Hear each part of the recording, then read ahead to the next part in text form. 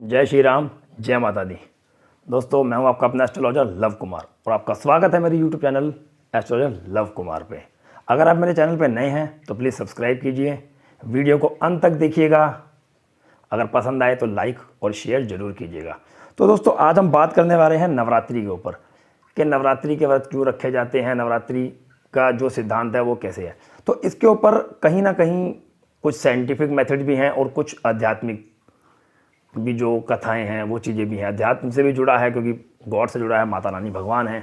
तो इस वजह से हम तो नवरात्रि जो है साल में 2 बार आती हैं दोस्तों। नवरात्रि 2 बार आती हैं, एक चैत्र की नवरात्रि और एक शारदीय नवरात्रि। चैत्र की नवरात्रि जो अब शुरू हो रही है 22 मार्च 2023 को। तो दोस्तों, इसके जो है अपना कहते हैं, ये कथा ऐसी है, इसके अंदर कुछ कथाएं ऐसी हैं जैसे कि महिषासुर नाम का एक दानव था जिसको ये वरदान था कि उसको कोई देवता, दानव, यहाँ तक कि तीनों लोग, मतलब तीनों त्रिदेव जिसे कह सकते हैं हम, ब्रह्मा विष्णु महेश भी नहीं हरा सकते थे। उसको बहुत अहंकार हो गया था कि मुझे कोई स्त्री हरा सकती है, तो स्त्रियों में तो इतनी ताकत होती नहीं।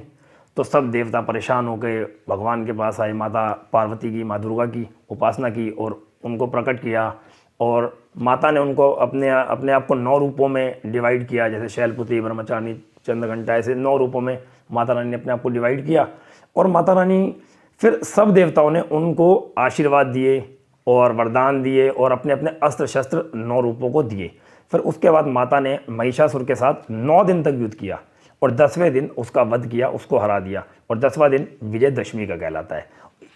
ये थी एक कथा। दूसरा, जिसके अंदर भगवान श्री राम जब लंका पर चढ़ाई करते हैं उससे 9 दिन पहले तक वो भी माता की उपासना करते हैं, 9 के 9 व्रत रखते हैं, जिसके अंदर वो 10वें दिन, जिस दिन हम दशहरा मनाते हैं, विजयदशमी कहते हैं, रावण को मारते हैं और जीत हासिल करते हैं। ये तो थी दूसरी कथा नवरात्रों के ऊपर, शारदीय और चैत्र की जिस तरह से मनाई जाती है, शक्ति की पूजा करी जाती है। तीसरी कथा ये कहती है, कुछ संतों के मुख से मैंने सुनी है, वो बताते हैं कि माता पार्वती, माँ दुर्गा जो हैं 9 दिन के लिए अपने घर चली गई थी अपना रहने के लिए हिमालय जी के पास। और वहाँ पे हिमालय जी ने 9 दिन उनकी सेवा करी, उनके 9 रूपों की सेवा करी। और फिर उनको, क्योंकि वो हिमालय जी की कन्या थी, तो आप देखिए हम जब भी बनाते हैं अपना कहते हैं नवरात्रि, तो हम कन्या पूजन जरूर रखते हैं। 9 कन्याओं को बुलाते हैं, उन्हें भोजन खिलाते हैं, हलवा पूड़ी खिलाते हैं। मुँह में पानी आ गया होगा दोस्तों। तो हलवा पूड़ी खिलाते हैं उनको, उनकी सेवा करते हैं, उनसे आशीर्वाद लेते हैं। तो ये इस तरह से होता है। अब इसके वजह साइंटिफिक रीज़न क्या है कि माता के ये नवरात्रों का, देखिए आप शारदीय को या चैत्र को, दोनों को देखिए। अगर हम चैत्र की बात करते हैं तो अब जो है हम सर्दियों से गर्मियों की तरफ जा रहे हैं। और शारदियों के अंदर जो अक्टूबर में आती है, अक्टूबर में हम गर्मियों से सर्दियों की तरफ जाते हैं। यानी ये 9 दिन का जो व्रत होता है, ये 9 दिन ही क्यों, आप देखिए 9 का कुछ ना कुछ तो लॉजिक है। 9 ग्रह, 9 देवियाँ, 9 महीने में बच्चा आता है संसार में, तो इस वजह से अपना कहते हैं हम 9 का ये सिस्टम है।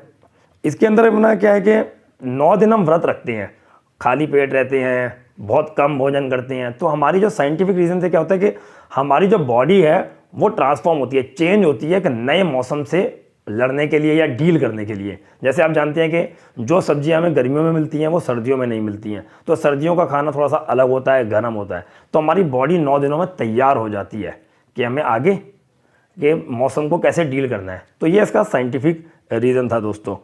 तो जो मैं आपको बताना चाह रहा था कि तो आप देखिए कि जो हमारा जैसे खेती है, जैसे हम कोई खेती करते हैं, जैसे हमने मान लीजिए हमने कोई खेती करी, तो अब हमने वो खेती फिनिश हो गई और हमने अब दूसरी फसल में उगानी है, तो हम पुरानी फसल को बिल्कुल क्लीन करते हैं। तो ये सब इसी तरीके से होता है। तो अब इसका जो है 9 ग्रहों के साथ क्या कॉम्बिनेशन है, 9 ग्रह इनसे कैसे जुड़े हैं, हम इसके ऊपर पूरे 9 दिनों तक वीडियोस बनाएंगे और कथा करेंगे। माता रानी की जो भी ये कल जो है पहला शैलपुत्री जी का है, तो उनकी कथा करेंगे, फिर ब्रह्मचारिणी जी की उनकी कथा करेंगे, उनके गुणगान करेंगे। क्योंकि देखिए माता रानी जो है वो अब ऑब्वियसली बात है, गॉड है, भगवान है। और जो हमारे अंदर शक्ति है, जैसे मैं बोल रहा हूँ, आप सुन रहे हैं, तो ये जो भी शक्ति का संचार है संसार में, जो भी ताकत है, शक्ति है, वो ऊर्जा जो है वो माता रानी ही है। तो आशा है आपको मेरा ये वीडियो पसंद आया होगा। और अब हम इसको जब जोड़ेंगे ग्रहों के साथ और जो भी हम इसके उपाय बनाएंगे, और हाँ दोस्तों, इसके जो भी उपाय अगर मैं बनाऊंगा इन 9 दिनों के जो भी 9 उपाय, मतलब जो 9 तरीके से पूजा करनी होगी हमने अपना, क्या कहते हैं, माता रानी की, वो कोई भी कर सकता है। ये नहीं है कि उसके अंदर ये पूजा मेष लगन वाला नहीं कर सकता या वृष लगन वाला कर सकता है। मीन आपकी कोई भी न्यूमरोलॉजी है, आप नंबर 1 है, नंबर 10 है, नंबर 9 है, कुछ भी हैं आप, तो क्योंकि ये आराधना है, ये हमारी उस माता रानी से विनती है, आराधना है, हम उसको करेंगे। तो इसमें कोई वहम नहीं है कि किसकी क्या राशि है, किसका क्या है, ये सबके लिए सूटेबल होगा। तो आशा है आपको हमारा ये वीडियो पसंद आया होगा, आगे भी आप हमें प्यार देते रहेंगे। जय माता दी।